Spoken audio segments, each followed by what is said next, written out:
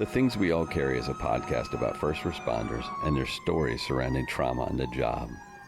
The intention of this podcast is to raise awareness and share meaningful conversation around a subject often viewed as taboo or simply ignored. Be aware this content may be graphic and it is real. It may not be suitable for children or adults triggered by this subject. Welcome back to The Things We All Carry. I think this is one of those intros where I'm going to have to be real with you guys, real with myself, real with everything. Not that I'm not real with all the other intros, but this is a little more, I don't know, this week has been a little heavier for me, I guess, in a way. And it's been heavy just because I'm realizing I know that life isn't linear, progress isn't linear. Things don't go from A to B or A to Z flawlessly. And what I'm finding is that this journey of mine now, this post-fire service journey of mine is not flawless. It's nowhere near flawless. It's actually quite ugly at times. And it's definitely not linear. There is, I wouldn't say wild swings, but there's these ups and downs, that these peaks and valleys that I go through. And a lot of it just has to do with me struggling to find my way. And then me, with me trying to struggle, or not trying to struggle, me struggling to find my way, it affects how I interact and get along with everyone and in this world. And it affects everything. One of the things I tend to do when I go through these periods is I tend to withdraw quite a bit. And I withdraw because I don't want to face the questions of, hey, how's it going? Hey, how's the podcast going? How's work going? How are your plans going for what you want to do in the future? Because right now they're not going, they're stagnant, and that's just me. It's just me, flat out. I am stuck at times, and I'm in one of those patterns right now, and I'm fighting to get out of it. I went for an aimless drive the other morning, and I kind of posted about it. But I went aimlessly driving. I didn't know where I was going to end up, but I ended up at a national cemetery that's in the town that I live in. And, you know, I know it's there. It's been there. Matter of fact, it's right behind my apartment, and I never visited. Well, I ended up there the other day, and I started to wander. And as soon as my feet hit that ground, and come on, it is hallowed ground, the word purpose came to mind. And that cemetery rang with purpose. It dripped with purpose. There was, like I said in my post, there was purpose in their lives. There was purpose in their deaths. There was purpose in those headstones, because what those men and women in that cemetery did was they made, not to put too fine a point on, or too, I don't know, patriotic a point on it, but they sacrificed for us. And that's a purpose. That's a huge purpose. That's a purpose greater than anything, to be honest with you. And I looked at those headstones, and some were from the Civil War. Some were from the Spanish-American War. Some were World War I. Some were World War II.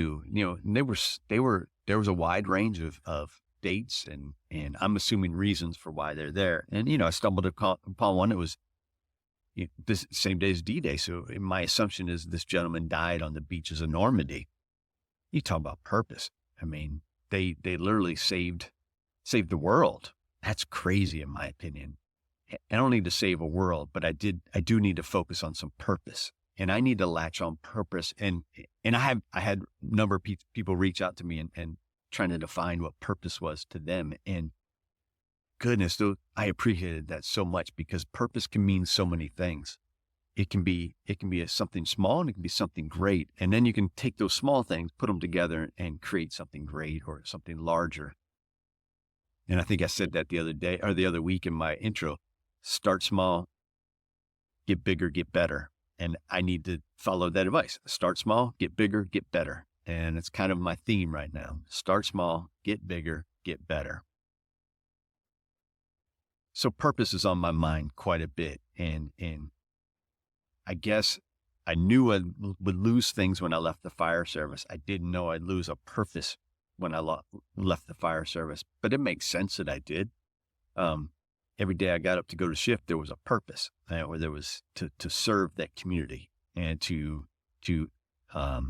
serve the people I worked with, not just the community that I worked in.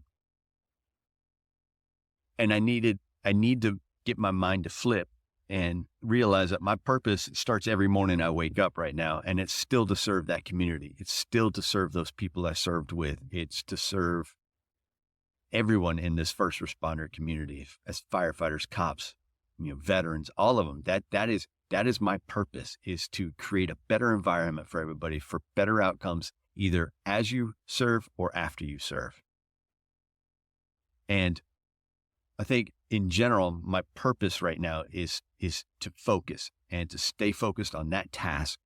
And, it goes without saying that I can't do that unless I take care of myself. And so I need to make sure that I'm doing that. Welcome to episode 129 of The Things We All Carry. Today's guest is Kenny Mitchell Jr. And Kenny Mitchell is a retired firefighter, basically about an hour south of me. And he's just recently retired after a little over 20 years in the fire service. And Kenny is the owner, operator, founder, and everything behind an organization called Operation Yellow Tape. And the reason he has Operation Yellow Tape as his moniker is he talks about the things that happen inside the tape as well as the things that happen outside of the tape. And outside of the tape is the stuff that a lot of us don't handle well. And we take it on and we take it on and we take it on and we stuff that down. We kind of do the same thing inside, but we have each other to lean on when we're inside. And if we handle that right, we can handle the calls and the trauma from the calls. You add in all the stuff on the outside, that's it boils together for some serious trouble at times. And so for Kenny, he decided that, he made a comment at a friend's funeral that, well, it's outside the yellow tape. That's what we struggle with. And so that's where his organization was born out of. One of the things that Kenny talks about is a moment that he had to share and to talk with a friend of his. And it was right at the beginning of COVID. And it was on the side of a road, highway, is a rest area basically off of 95 in Virginia. And he and his buddy sat there and they just kind of, I don't know how you say they were aimless about it. We'll go back to the word aimless. They just had a conversation that didn't have much depth to it. Kenny didn't reach out and say, I'm struggling and I need help. And he really wishes he did, because he thinks that if he had done that, his buddy would have done the same thing. It would have opened a door for his buddy to say, hey, Kenny, I'm struggling. And I've had a couple of conversations like that where I've said to somebody, man, I'm struggling. And they said, let me tell you what I'm going through. And you listen to it and you go, okay, well, we both unloaded. We both feel a little better. Let's check in with each other again and hold each other accountable for some changes. I had a conversation with that with a buddy of mine who was a good friend of mine. We worked together on a truck. And we were stationed together for a couple of years, and it was he was going through some troubles at those times, and he kind of got through it and things had gotten better. And I was detailed into his station a couple of years later, and we stayed up talking one night, and he was struggling. He told me that he was struggling mightily, and he just wanted to talk. He wanted to touch base with somebody. And for some reason, I was put in that position that night to talk to him. 2 days later, he died. He died in his sleep. And my first thought was, he better not have fucking killed himself. But he died in his sleep. And I knew what was going on. I knew the trouble he was having. And we never got back to finish our conversation, because in the middle of our conversation, we got banged out on an overturned vehicle into a building, people trapped kind of call. And it was one of those that took hours to muddle through and make sure everybody's okay and shore up some structural damage and all kinds of stuff. And so we came back and my buddy's sitting at the table and he's got a big bowl of ice cream in front of him. People who know who I'm talking about know what that ice cream meant to him. And I made a joke to him in passing, and my assumption was I would talk to him the next day. I never got that chance. So the moral of the story and the moral of Kenny's story is when you get that chance, you fucking talk to people about yourself. You tell them what's going on with you and let them tell you what's going on with them, because it's too important and we can't waste that time right there. Without further ado, welcome to episode 129 of Things We All Carry.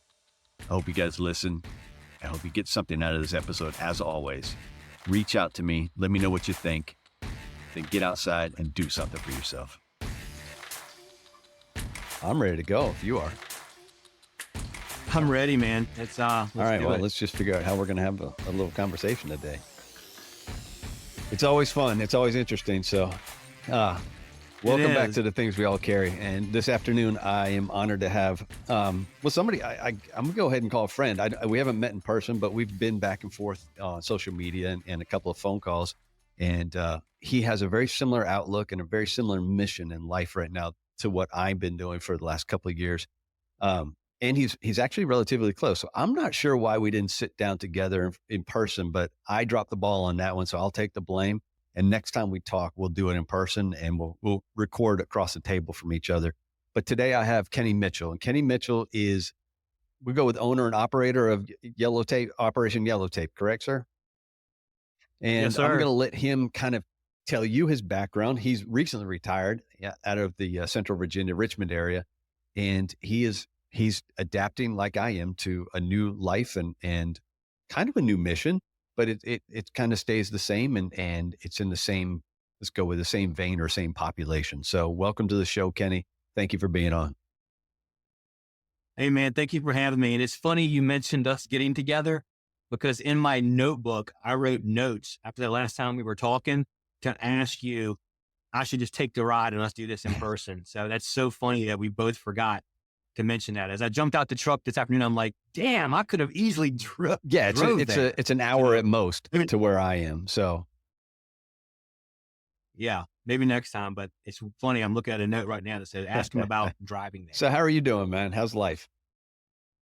Life is good, man. I'm adjusting like you. You know, I spent 21 years and 8 months career in two fire stations. Fire departments that ran over 50,000 calls a year a piece. So very big fire departments. But, I get asked a lot, hey, man, why did you go to 25 years? What made you pull the hammer at 21 and 8 months? Because I was ready.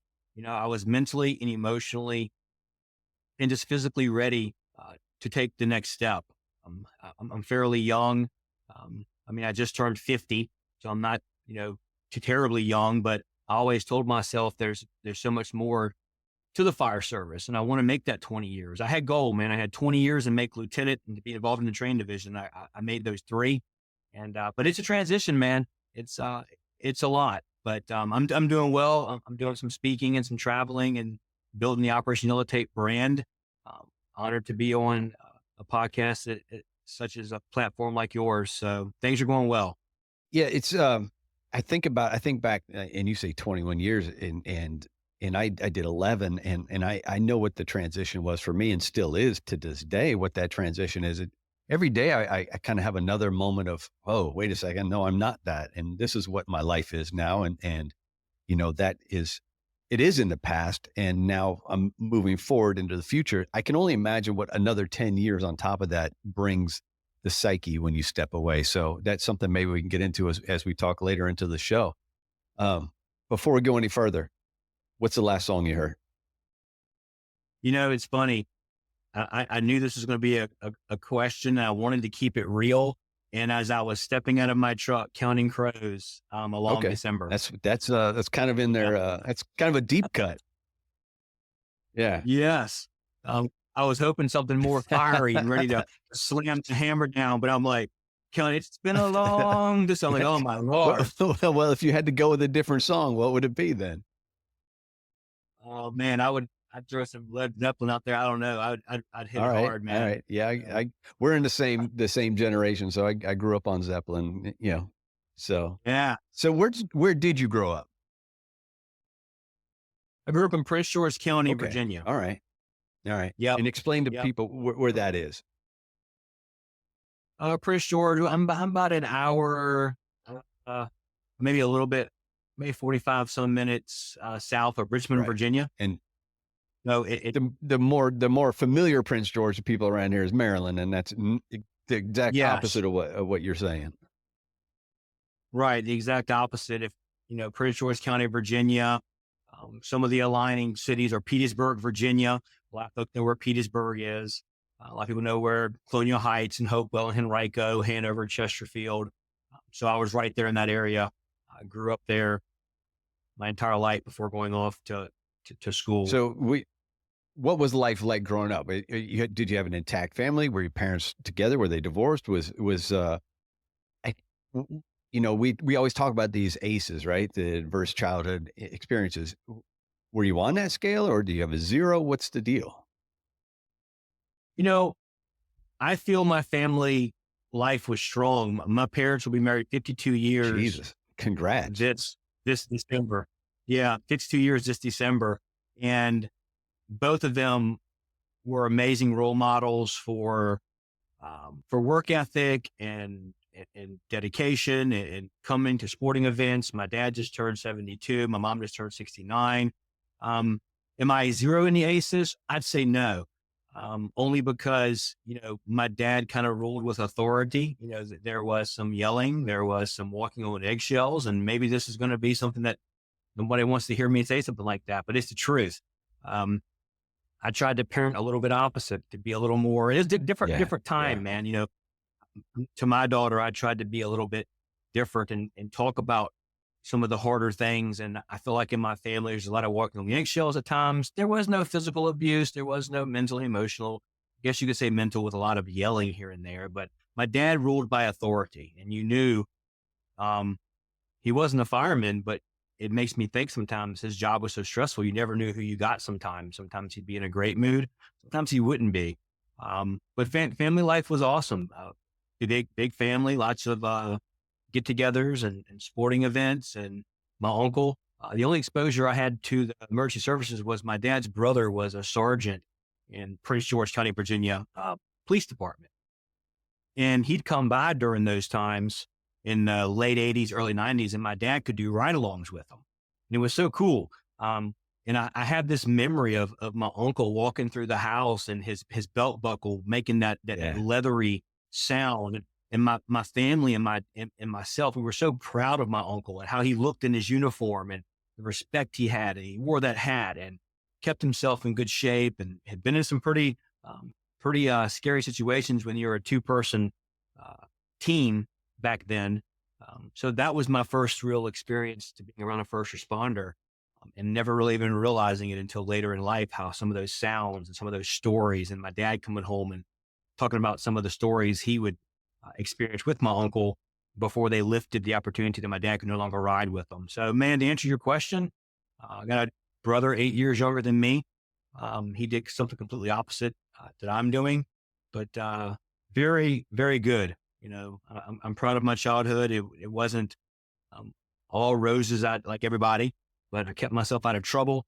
I didn't cost my parents any money.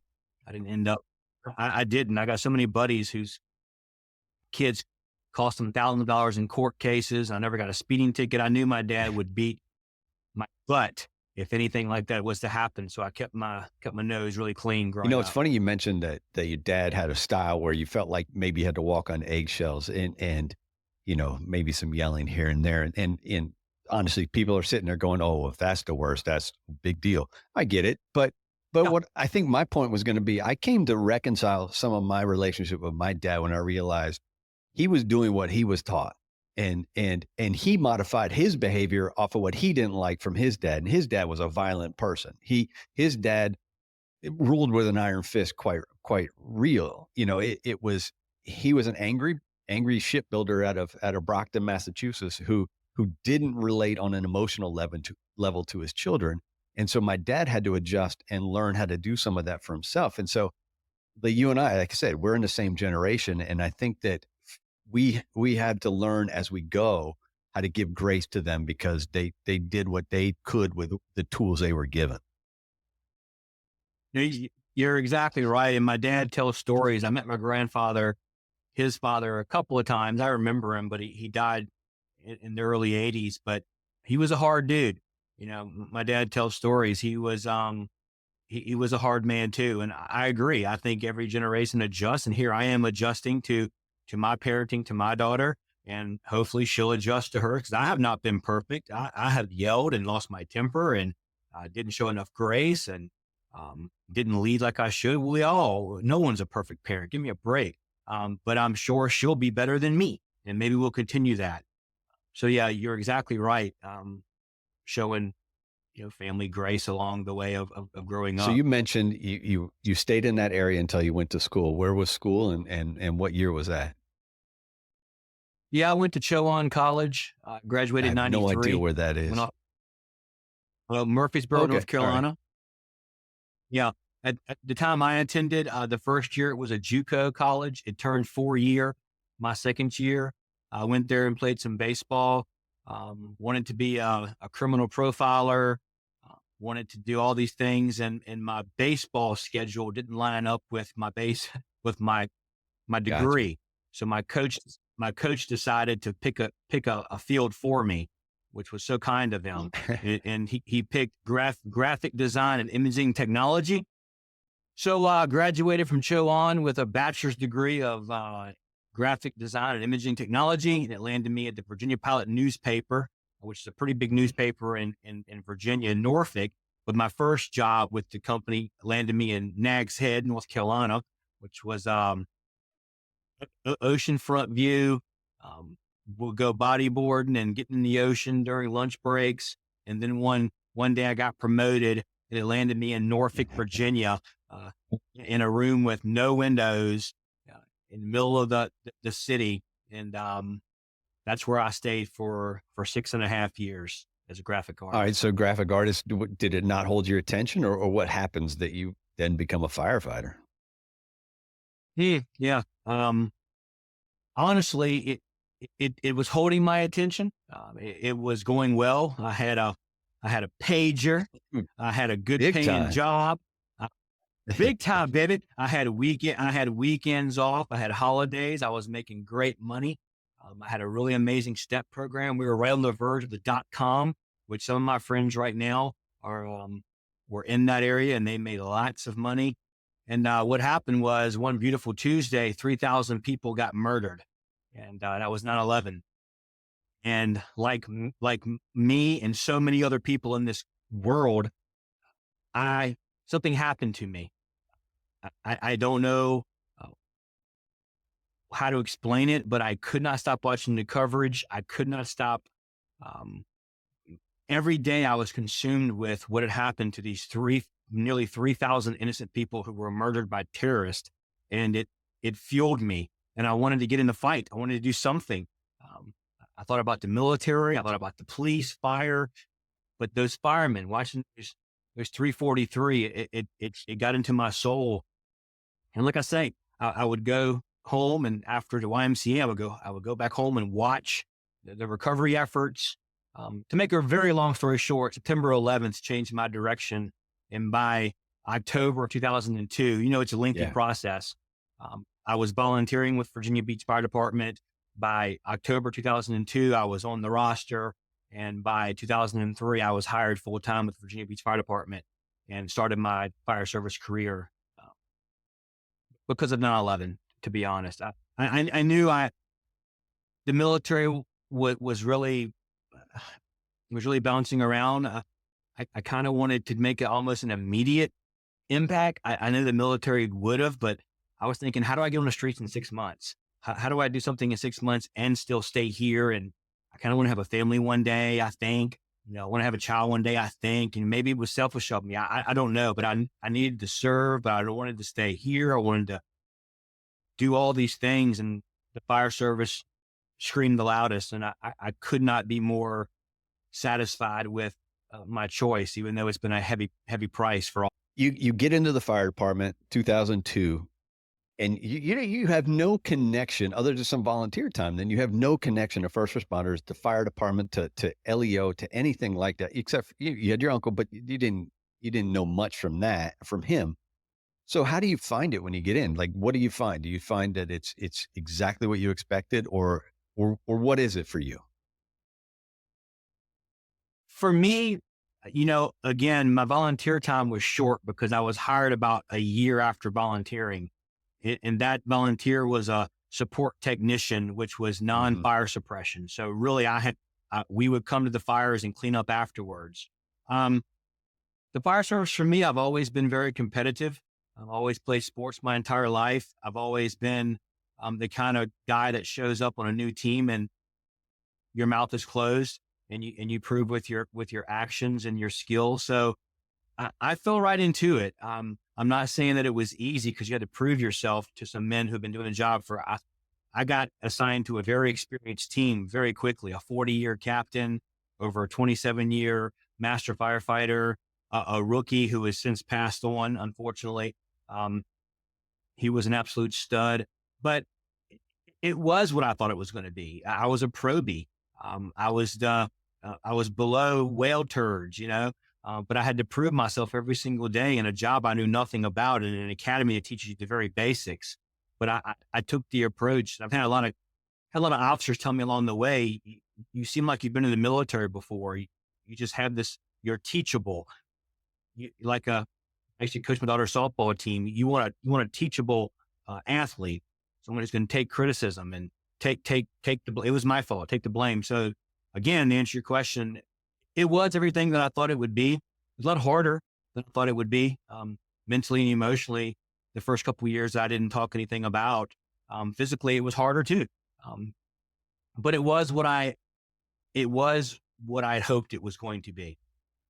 And so, how far into this career before you start going, wait a second, I'm feeling some things. I'm reacting to things. I'm not processing or whatever. Do you start to build up these calls immediately, or do you find a way to process anything?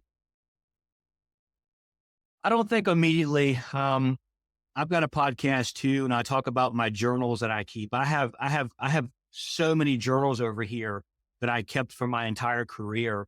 And it seems like through those journals around 2007 or eight, I started noticing some things, some irritability, some anger, some outbursts. I started noticing a huge amount of men and women being divorced and infidelity and drinking and all of this stuff happening. And I remember thinking to myself, wow, you know, I think I've said it on a previous podcast that this is like a big giant snowball happening. We're seeing things that are making grown men go behind firehouses and pretend like they're not crying.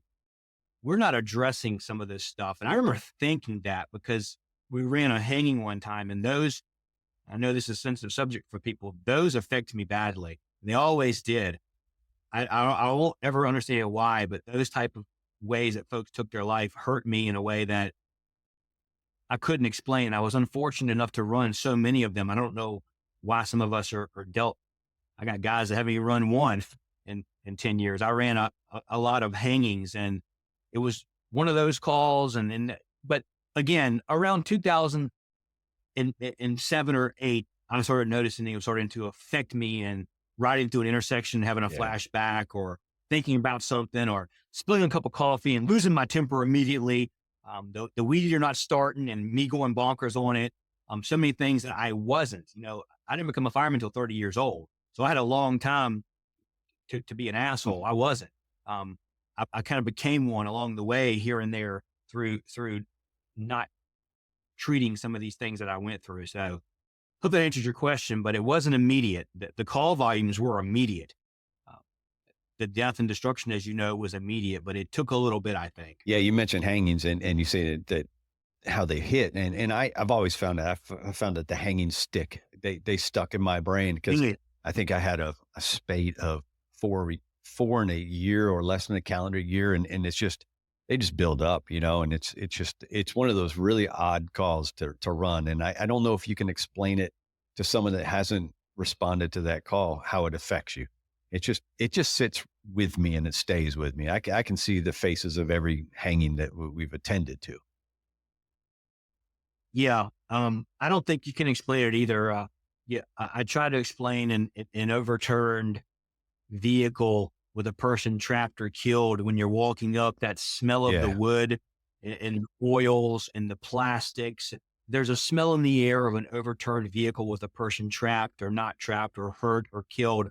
Um, it is a lot of sound and noise and things. You know, with the hanging is so much Yeah. silence. It's like the silence is deafening. And there's been times where we had to stay there and the person stays there because the Yep. investigators are coming. And of course we get out as quick as we can. But unfortunately, brother, I'm sorry you had to deal with that too, because it sticks with you and you never forget the faces and the sounds. And even though there's not much sound to it, it's one of those calls to me that was so silent but so heavy in the volume, if that makes any sense. And they all stuck with me. They're all in those journals. And I read some of them. I'm like, wow, it's really heavy I think stuff. that odd silence that you experience when you respond to a hanging is some sort of a respect that you say, "Hey, they're still in our presence here," and you just try not to say much. I know that, and I know what you're saying. I experienced that. I know exactly what you're saying, and you kind of leave the room that they're in, and that the volume starts to rise again. Yes. Yeah. I think you're right.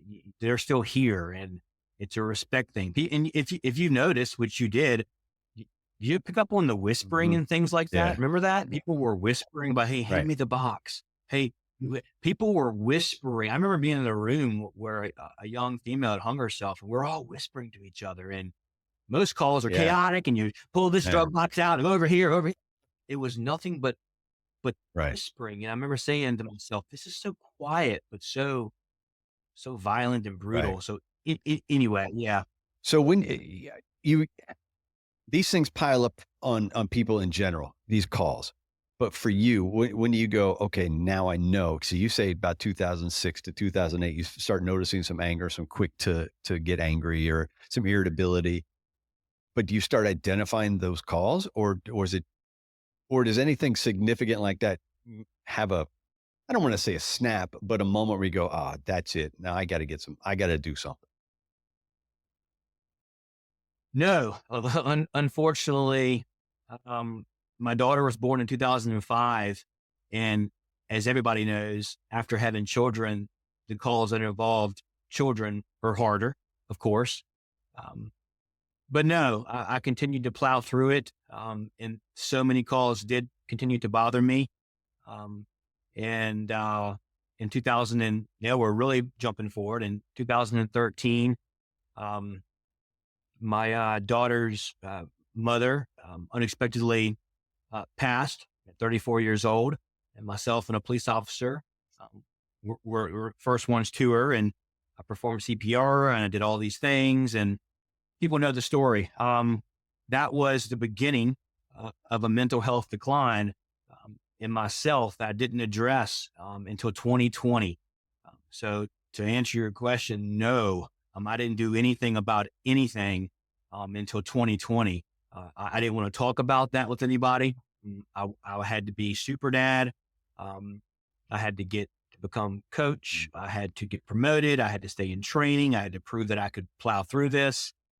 And that's what I did. But, you know, 2013, on top of what I call outside the yellow tape stuff, um, inside the yellow tape was still piling on the calls, the verbal overload at the station with the bings and the dings and the rings and the constant notifications in the firehouse. Everything has a sound and it's always jarring and alarming, and it means go. That's why people are like, firefighters are jumpy. It's because when something goes off in the firehouse, it's never Yeah. meant for you to set. Phone rings, you get up. Tones go off, you get up. Time for chow, you get up. Everything is this direction. Now that I'm retired and I'm working in the private sector, everything is this for people. You can hear a loud noise in a building. People like this. And I'm like, Yeah. what is that? But no, I didn't do anything about any of it, man. I was stuck in the stigma. I was afraid to come forward and to talk about how hurt I was with losing Jessica. Um, the survivor's guilt. She needed her mom, not her dad. I had those racing thoughts of she needs her mom, not her dad. Why'd you do this? My faith hit the ground. It has truly never made it back to probably where maybe it should be. I don't know. Um, a lot of stuff, but from the outside looking in, people saw some signs and some things, but I talk to folks now who are like, my Lord, man, I just sit through your 2-hour presentation in Williamsburg. We had no idea because some of us, Yeah. including you, were masterful at hiding it. Yeah, we do become masters at hiding everything. If you pay close attention, you see the cracks. You can't avoid the cracks, and you can't avoid the behaviors that are I don't know, dead giveaways in some sense that there's something going on. And you say that led to that downfall for you, or was kind of it's a downfall, and until that 2020 mark where you're able to kind of say, no, I got to get my shit together. What did that look like for you during that time frame? From 13 to Yeah. 2020, a lot of burning relationships, burning friendships, bar fights, being irritable and angry and crashing weed eaters over top of my garage workbench, and then having the greatest days of my life. Getting off work and being as happy as can be, slapping high fives and how's everybody doing, to when my tires hit my driveway, I become a different person. The house doesn't look as straight as it should look. I've been gone for 24 hours. What have y'all done around here? Changing into almost making my family walk on eggshells at times. But there were wonderful moments too of being promoted and working in training division. But man, a lot of hidden grief and a lot of hiding behind loudness and fun and having good times and vacations. But it was a long 7 years. And I don't know why. I know why. The stigma scared me to death. I saw what it had done to some men and women who would come forward. They've been labeled, and to this day, people still are. I don't care what nobody says. 2024, a person still is. They just have to fight through it and believe enough to say, "Fuck you." If you think that I'm weak because I came forward for my mental health, and I don't give a shit what you think. That's what you have to do and love yourself. But I was afraid to do that. I didn't have the courage to look at you and go, "F you." I don't care what you think about me. So a lot, man, all sorts of things. Luckily, no DUIs. Luckily, nobody injured severely. I think hurt people. When my parents would watch my daughter to give me a break on the weekends or times, I would go out and I would find myself in a scuffle. I'd look for somebody that was being an ass clown, and I would make them have a problem.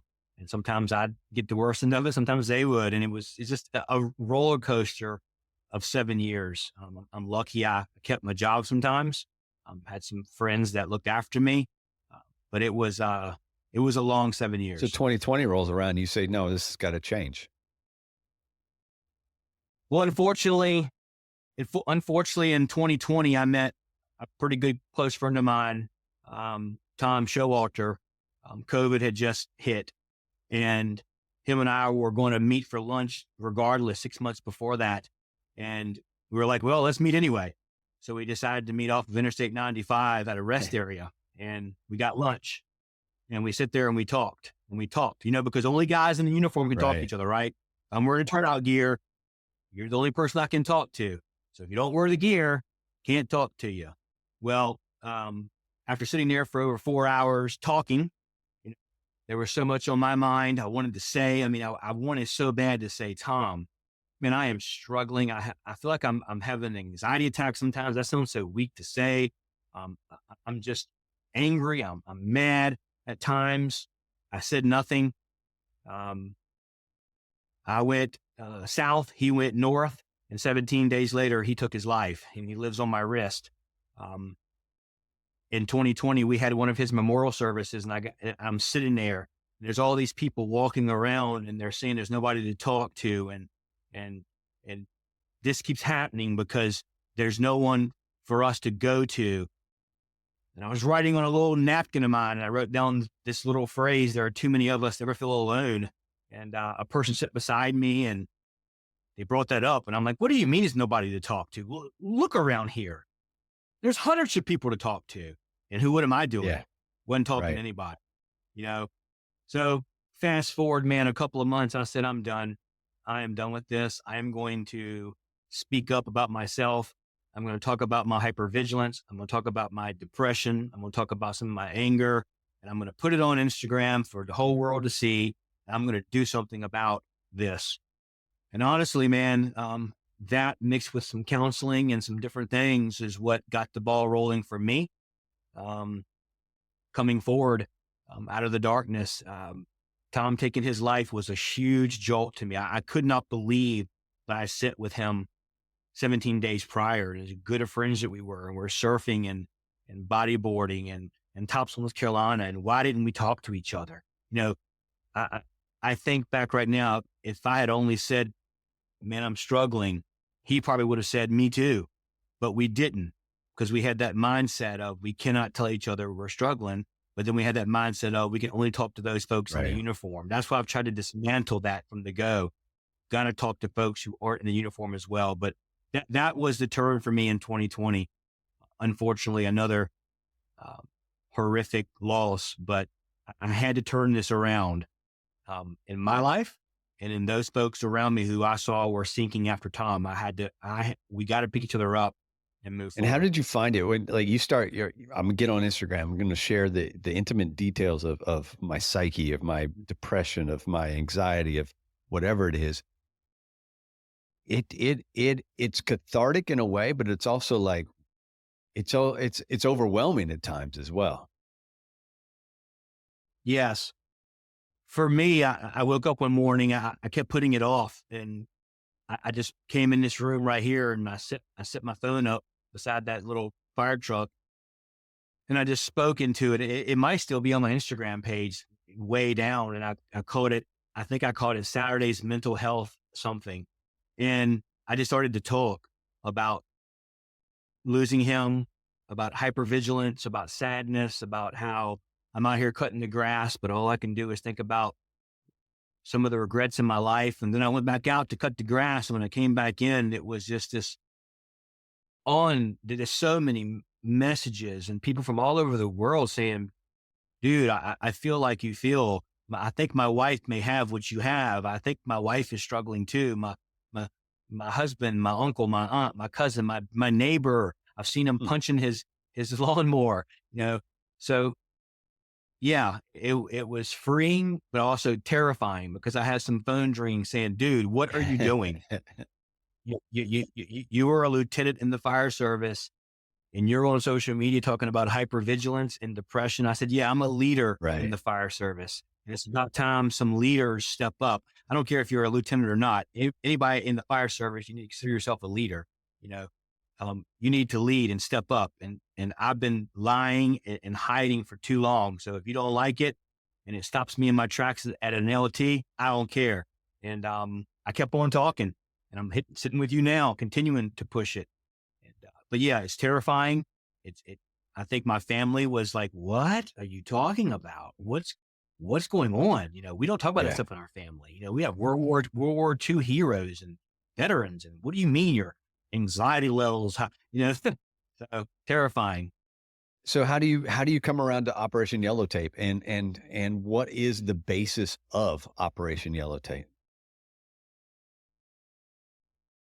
Operation Yellow Tape was born, of course, at his memorial service. But when I came home that day, I thought to myself, I told a person that day, they asked me, they said, Kenny, this job sucks. That's why this keeps happening. I said, no, that's not true. This job is hard. It does suck at times, but inside that yellow tape, it is tight. And I actually said those words. Inside the yellow tape is hard. You know, we're starting IVs. It's bloody in there. It's cold. Sometimes it's really fun in there. Sometimes we're putting a smoke alarm at 2 o'clock in the morning. You know, but inside the yellow tape is difficult. I said, but man, it's outside the yellow tape. It's outside that we don't address. It's the divorce. It's the child custody battles. It's watching our parents age. It's watching ourselves go through promotions, demotions, hiring, firing. It's watching our kids become uh, growing up. And there's so much stuff outside the yellow tape, bankruptcy, just things that we don't address. Hey guys, quick break right here just to check in and thank each of you for listening to the show. Your support has been paramount, and I appreciate all of you. I have one request, though. I need you to share the show with everyone you know. Help me get the word out and spread these stories as far and as wide as we can. While you're at it, please leave a review of the show wherever you happen to listen. Feel free to reach out to me at any time to share your story, to talk, or to pass on suggestions. Let's get on with the rest of the show. And then when we do not address them, we go back inside the yellow tape, and it gets worse and it gets worse. So Operation Yellow Tape is just that. And I'm getting to the point now where I talk to folks who aren't first responders, because everybody has yellow tape. Whether you work at Allstate, whether you're a lawn care provider, your yellow tape is that job you're in. Whatever you are focused on doing, a professional podcaster, professional speaker, your yellow tape is that job you're inside of. But outside the yellow tape, man, mentally, emotionally, socially, spiritually, financially, it all comes crumbling down if you don't take care of that stuff on the outside. So Operation Yellow Tape is just that. It's focusing on inside yellow tape, how hard that can be, and how it is important for us to talk and talk about what happens inside the yellow tape, explain to those who love us what we exactly do.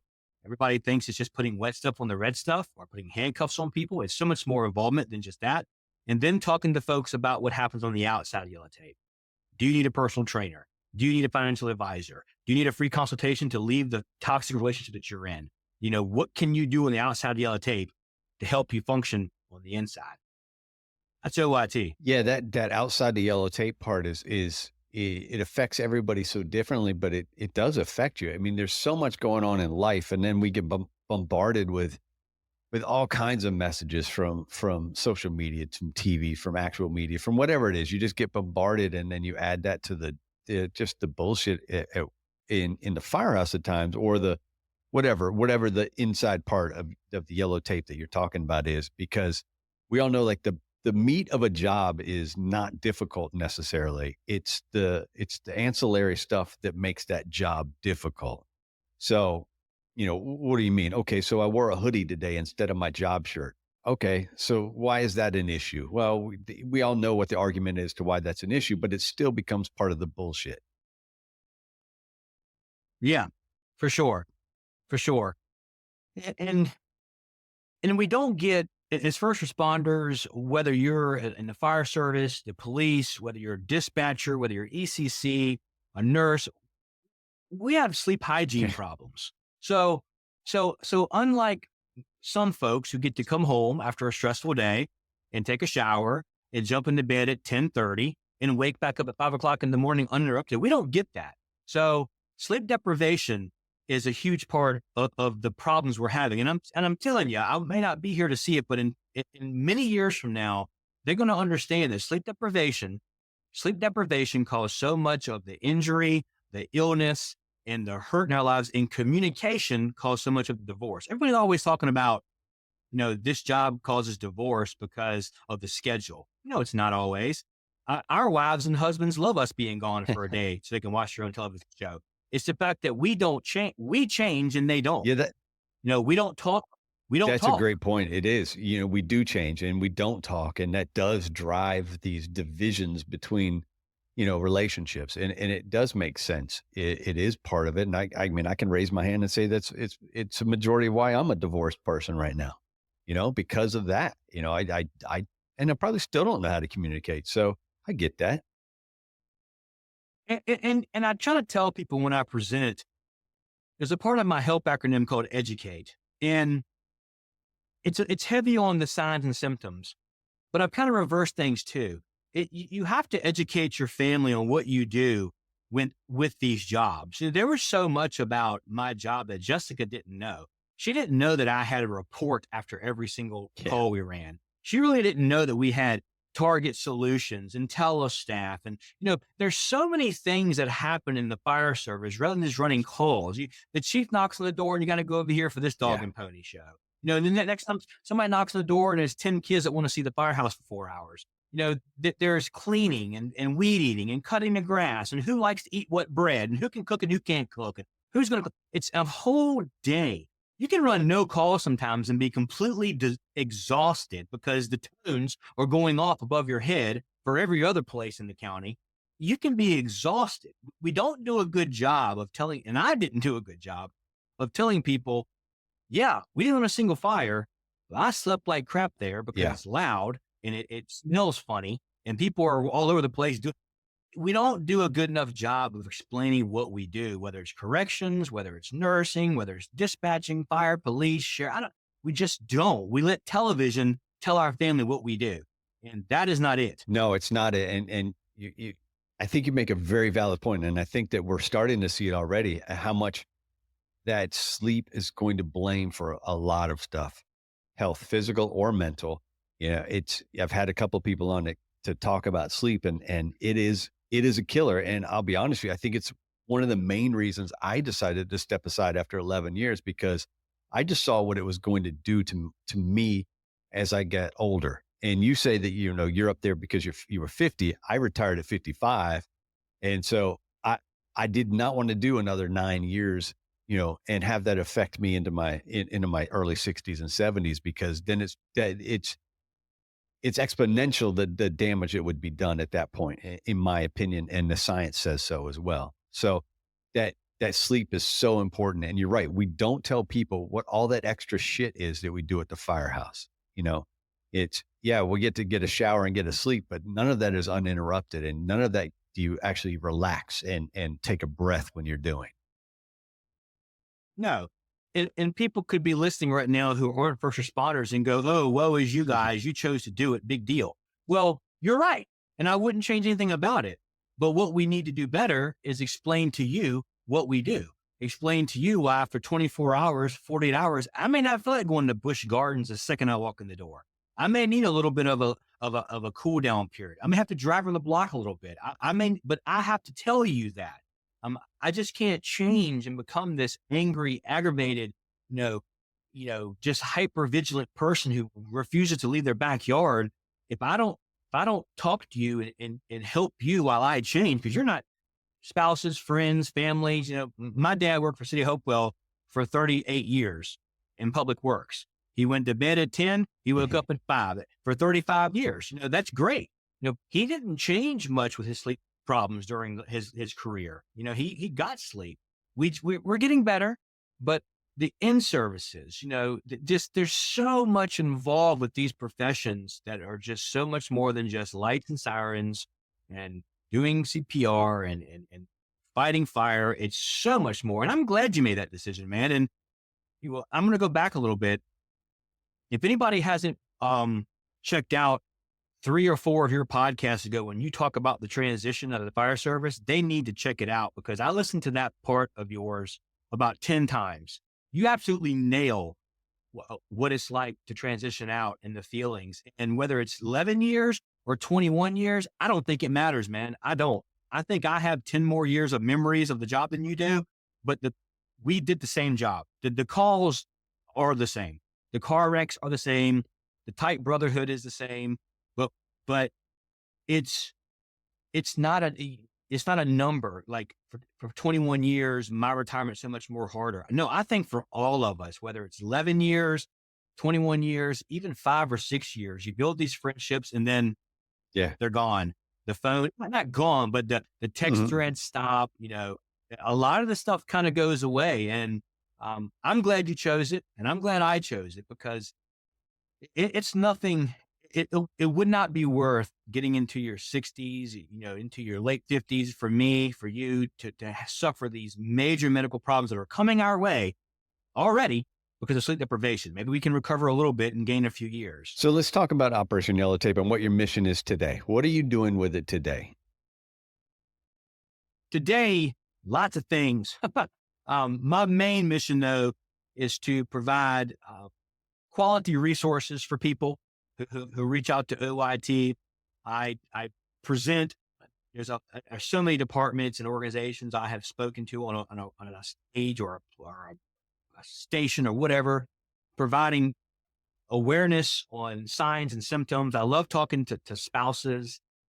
The mission is to constantly drive forward that we have hard jobs and we change and things happen to us along the way. Seeing some of this stuff isn't normal. We love it. We chose it. We're not going to do anything else, but well, you need to be, as someone who is in my life, educated on what is sleep deprivation, what is hypervigilance, what is depression, what is burnout, what is all of these things. And then how do we proactively get around them? And that's what I want to focus on. I don't want to focus on the sad stories. And I want to teach you and me, how do we get help in our direction, and start off from the very start. So the HELP acronym that I teach, I feel it's becoming pretty successful. I can tell you that the Virginia Firefighting Academy is replacing my HELP acronym with getting rid of stress first aid. Because I feel it's taking that 1 year firefighter or whoever and that family member, teaching them through the HELP acronym what they can do along the way, what to look out for, what proactive steps to take. So, to answer your question, it's about awareness. I'm putting events together. I have one coming up in September, bringing together people who are not in this uniform and who have never been in it before, people who are in it still, who used to be in it, and just letting our stories become someone's survival guide. Just talk therapy, talking to each other, people sharing what's worked for them, what hasn't worked for them. I just see it as a platform, and it's growing. Where people are coming out, man, I'm having chiefs reach out finally and say, hey, I wouldn't mind speaking at your conference. Oh, really? Chief? Yeah, I like that. So it's kind of where I'm taking this thing, and it's picking up speed, and I've always had this idea that if just one person hears it, if just one person takes something away from you and I's conversation, if one person hears his story and mine and yours and gets a little bit of help and gets better sleep, retires sooner, whatever, then I feel satisfied with the direction that OIT is going. But I so enjoy talking to the newer recruits because I don't feel you and I had that person who was able to come up and tell the truth. Now, the truth is scary. The truth isn't a retention tool for the fire service, but you're going to see bad things. And if you can't take seeing bad things, isn't the job for you for sure. You got to have coping mechanisms in place, because you're going to continue to see them over and over and over and over again.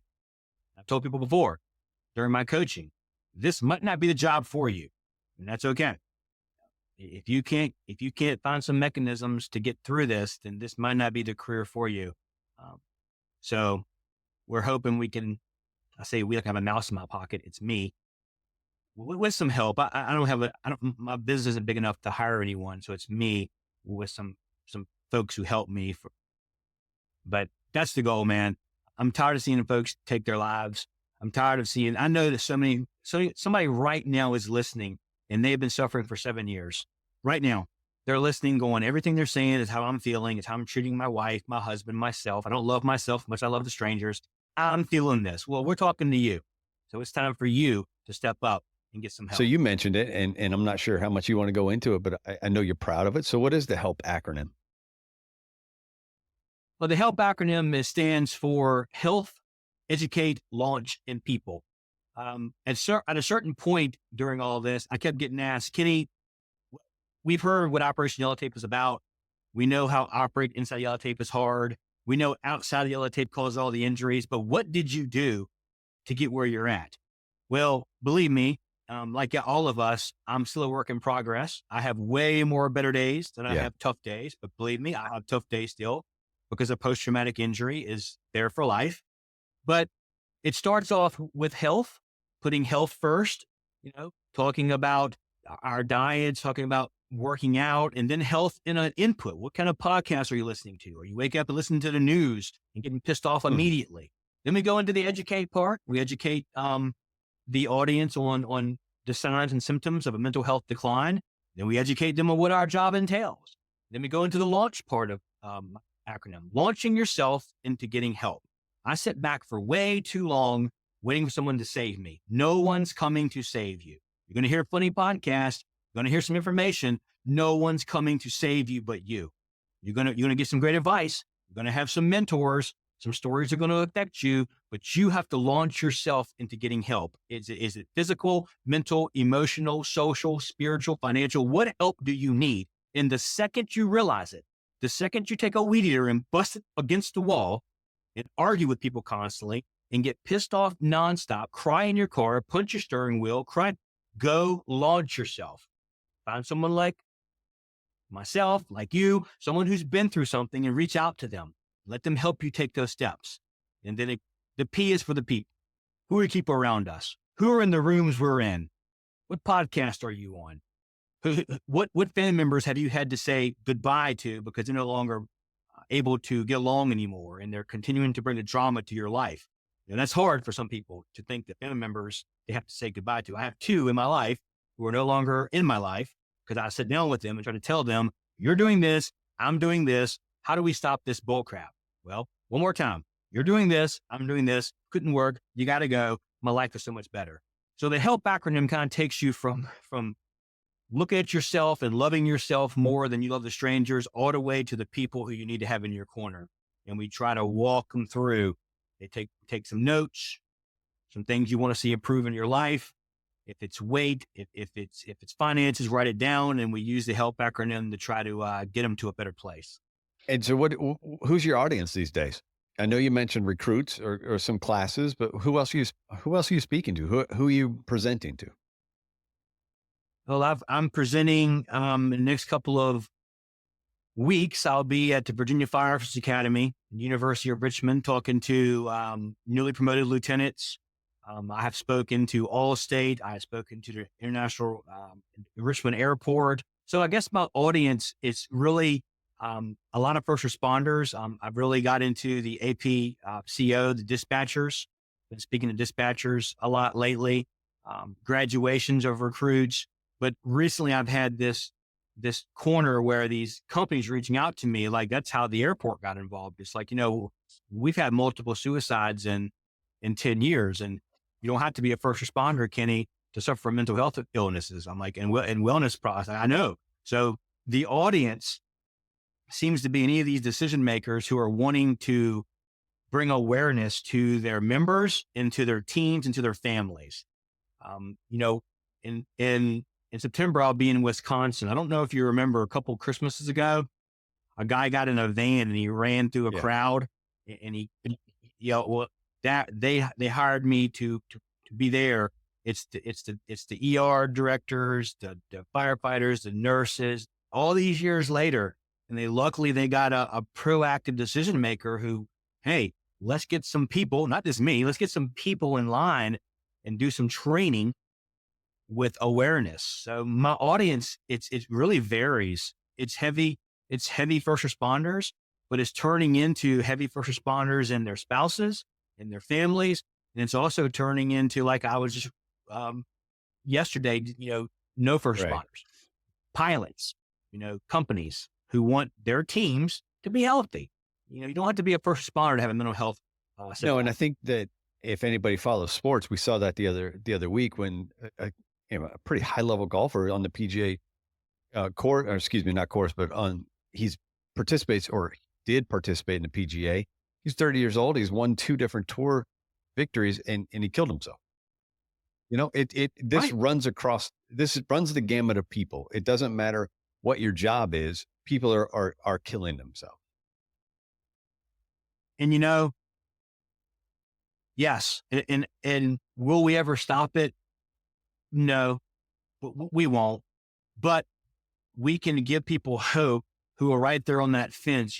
Give them hope. Just before there's so much science behind the frontal lobe being destroyed and different things, but that's a different conversation for people much smarter than I am. But I always plead with people when I'm presenting, give somebody a chance to hear you, to see you, and to let them at least throw some resources your way before you make that irreversible decision that you can't get back from this. It's a bomb off on your family for generations to come. Your children's children will talk about it. And there's help available. There really is. And there's so much that we can work through. And, I lost 3 friends in the month of May. It's astonishing. 2 first responders, 1 not. But it takes you. It takes you, meaning me. It takes me, because you're not always, I have this saying, you must become fierce in the early recognition of mental health decline and those you love, live with, work with, and most importantly, yourselves. And I believe that you and I have to become fierce, but it takes me. My signs and symptoms were I was masterful at hiding them. People saw a little bit, but you have got to come forward and lay down that shield and say, I just need Yeah. some help. I'm struggling. I'm not doing well. I don't want it to be broadcasted everywhere, but because not everybody's going to see your No, signs. Not everybody's going to notice that you're no. struggling.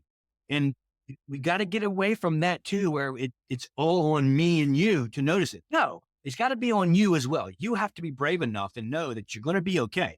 You know what happened to me when I came out in 2020 and told folks that I was struggling with depression and hypervigilance and anxious? You know what happened to What's me? that? Yeah. Nothing. Nothing. I Yeah. got support. I got love. I got help. I got resources. I had about 27 people to come out forward and said, dude, I feel like you felt. Nothing happened. Nothing. There's some people probably look at me as maybe, maybe he's doing this, mental health is the thing. No, it wasn't in 2020, wasn't the thing. It still isn't the thing to come forward and No. say you're struggling. Yeah. It's hard. It's hard.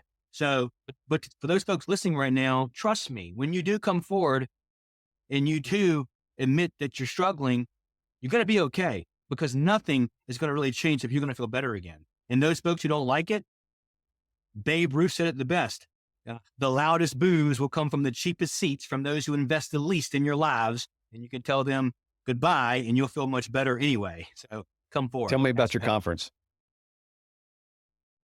Oh, my conference is September 14th here in Chesterfield, Virginia. And I hope that's where I'm going to meet you for the first time.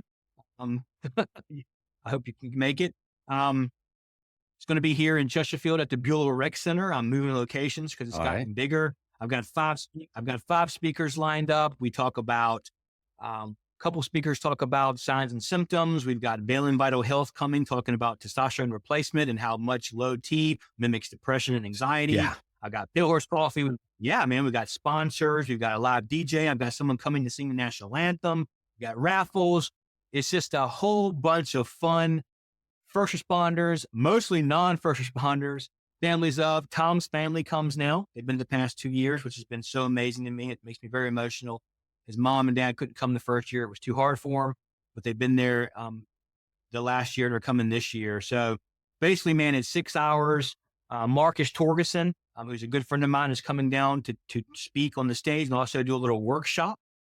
So we're teaching those proactive practices, talking about mindset. It's just a 6 hours full of a catered lunch, some Pale Horse coffee, just filling your inner circle, man, networking. And you don't really know. A lot of folks reach out to me and they say, well, I don't know how to build my inner circle. I don't have any friends. Well, start going to places where you might not think you find people. I had 7 people last year show up to my event who had no idea what the hell it was. They saw me on Channel 6 News talking. They're like, what is this operation? Kept calling it Yellow Project. It's Operation Yellow Tape, y'all. They were saying Operation Yellow Project. They're like, man, this is what I needed, because they met people.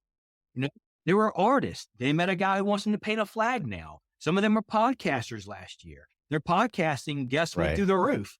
Some of them were swag guys. They're selling t-shirts. It's just it's networking. It's who we're around. It's coming out of our comfort zone and rubbing elbows with people like-minded who struggled and who support those who have struggled. And that's what my conferences are all about. And I'm looking forward to this one. We're going to bring. Yeah, maybe I'll bring a couple of mics down and just talk to people as we go. I was thinking that we need to talk off here in a couple of days, and you might want to think about maybe doing a live podcast there or something, man. Have people come over, but it's so much opportunity. If anything, I'd love to have you there. Set up a table. Have your sweat. You're doing amazing work, man. I don't know how much you hear about who you're affecting, but the things we all carry is on the streets. There's not many folks over here who don't talk about it. You're doing great work. And I appreciate the kind words. I don't know if I deserve them yet or not, but I'm working on it. Let's get to those last 2 questions of mine, unless you got something else you want to share real quick. No, I don't have anything to share. If anybody's interested in coming to the event, just go to my website. I'm sure you'll have that. Go to my website and register. I'm going to have to cut that off soon because I got to get a head count for my food. It is free. It's a free event to you. If you're interested in coming to the event, please set it up on my website. I really appreciate that. I also have a newsletter that goes out here and there, but please come to the conference. Bring a friend. but just sign up by July 15th so I can get myself a food And in count case you ready to guys go. don't check out the notes, that's KennyMitchellJr.com, correct? Yes, sir. KennyMitchellJr.com. Just go in there with your name, a good email, and then how many tickets you want. That way it'll give me a head count. And then you just show up, and parking is free. The event, you walk in the door. It used to be at a golf club the past 2 years, which was very confusing for people because a lot of folks like, I don't golf. I'm like, well, I don't really golf either. It's just here because it's beautiful. So I changed it to the Bueller Rec Center because the Bueller Rec Center has one stage, has a really nice area for seating. When you start doing these events, you learn from your mistakes. So there's a nice bathroom, just nice showers. We've got 6 hours. So I would just hope folks would show up and we're going to, I think we had 47 my first year, 78 last year. This place holds about 258. I'm not sure. I think 258 is too many. So we're going to cap it about 125. All right. Well, I'm looking forward to it. So we'll talk in a couple of days and we'll figure out the logistics and stuff. Yeah, and now definitely. The time has come, because I know we talked about it before. Let's talk about a moment of awe you've experienced and kind of the why behind it. Well, that's it's funny that I'm going to read something. Okay, this is my moment of why. I'm putting my glasses for it. This is an area, right? So my daughter wrote this to me when I retired. I had always wanted. I had hoped my career would have taught her something. This is the only job she ever knew. So on my Facebook page, she wrote this. Almost 21 years of selfless service, life-saving awards, loving the broken on the streets, fighting fires, putting smiles on people's faces, and changing the community around you. You've accomplished so much in your career, and I am blessed to have been a part of so much of it. Watching the work has taught me so much about life. You are a true embodiment of hard and dedicated worker. Though the journey hasn't been easy, you've seen some horrible things, lost some incredible friends. You did it. You made it right where you want to be. Kenny Mitchell in 2001 would be in awe of where you are standing right now. The uniform you got to wear for all those years, the things you've seen, the things you've done, the people you know, he is proud of you. And so am I. Here's to the next endeavor in life and the change you're going to continue to make. Congratulations to my dad, Lieutenant Mitchell. So brother, she said it right there. The Kenny Mitchell of 2001 is in awe of where he is today. And that's my awe moment, is because with all of the struggle and all of the pain and all of the hurt, I am in awe and excited and proud that I'm here. I'm talking to you today, that I had the courage to step up and to put myself first and to ask for help. There you go. I like it. That's perfect. What about a book, my friend? What about a book to recommend to the audience? I would recommend the book Touching the Dragon by Jimmy I've never heard of it. Jimmy is a former military man out of Norfolk, Virginia. He wrote the book Touching the Dragon. I read it for the first time in 2018. And no, it is not a big, gigantic war story. It is more so about his mental health struggles and how he overcame them and where he is now and how he's doing. And yeah, I would highly recommend. I have so many others, of course. I work with dudes who write books, but Jimmy, that book was a major. I read it in 2018. I was on the verge of asking for some help.